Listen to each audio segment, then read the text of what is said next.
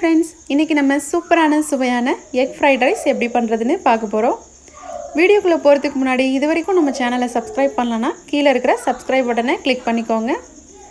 கூடவே பெல் பட்டனை ப்ரெஸ் பண்ணிக்கோங்க. வாங்க எப்படி பண்ணுறதுன்னு பார்க்கலாம். அடுப்பில் ஒரு பேன் வச்சுக்கோங்க. அதில் 2 டேபிள் ஸ்பூன் எண்ணெய் ஊற்றிக்கலாம். எண்ணெய் நல்லா சூடானதும் இதில் முட்டையை சேர்த்துக்கலாம். நான் இன்றைக்கி 3 முட்டை எடுத்து நல்லா அடித்து வச்சுருக்கேன். நல்லா கலந்து இது கூட நம்ம சேர்த்துடலாம். அது கூடவே கொஞ்சமாக மிளகுத்தூள் சேர்த்துக்கோங்க.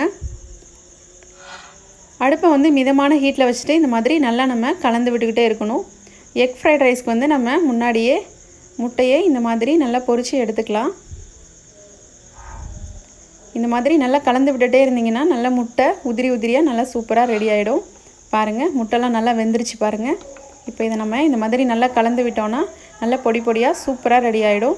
இப்போ அதை எடுத்து வச்சுட்டு அதே பேன்லேயே 2 டேபிள் ஸ்பூன் எண்ணெய் ஊற்றிக்கலாம்.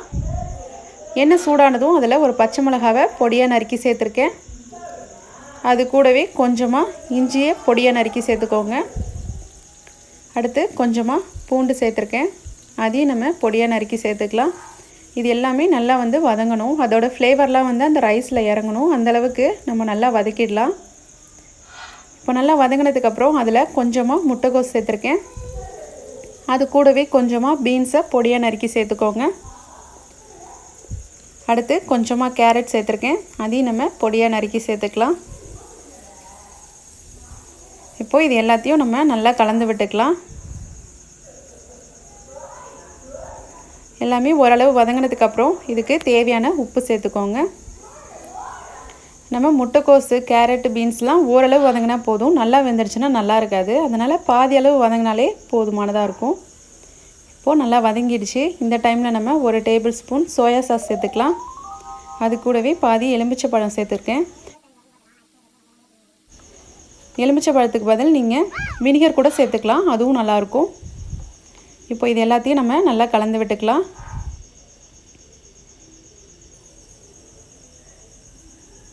இப்போது நல்லா கலந்து விட்டாச்சு. இந்த டைமில் நம்ம வேக வச்ச சாதத்தை சேர்த்துக்கலாம். நான் இன்றைக்கி பாஸ்மதி அரிசியை 3/4 பாதம் வேக வச்சு வச்சுருக்கேன். அதையும் நம்ம இது கூட சேர்த்துடலாம். சாதத்துக்கு தேவையான உப்பு சேர்த்துக்கோங்க. இப்போது உப்பு சேர்த்துட்டு இதை நல்லா நம்ம கலந்து விட்டுக்கலாம். சில பேர் சாதத்து கூடவே உப்பு சேர்த்து வேக வச்சுருவாங்க. அப்படி வேக வச்சிங்கன்னா உப்பு சேர்க்க தேவையில்லை. அப்படி இல்லைன்னா கொஞ்சமாக இந்த டைமில் நம்ம சேர்த்துக்கலாம். இப்போது இதை நம்ம நல்லா கலந்து விட்டுக்கலாம். இப்போ நல்லா கலந்து விட்டதுக்கப்புறம் நம்ம முன்னாடியே ஃப்ரை பண்ணி வச்சுருக்க முட்டை பொரியலையும் சேர்த்துடலாம். அது கூடவே கொஞ்சமாக வாசனைக்காக மல்லித்தழை சேர்த்துக்கோங்க. இப்போ இது எல்லாத்தையும் நம்ம நல்லா கலந்து விட்டுக்கலாம்.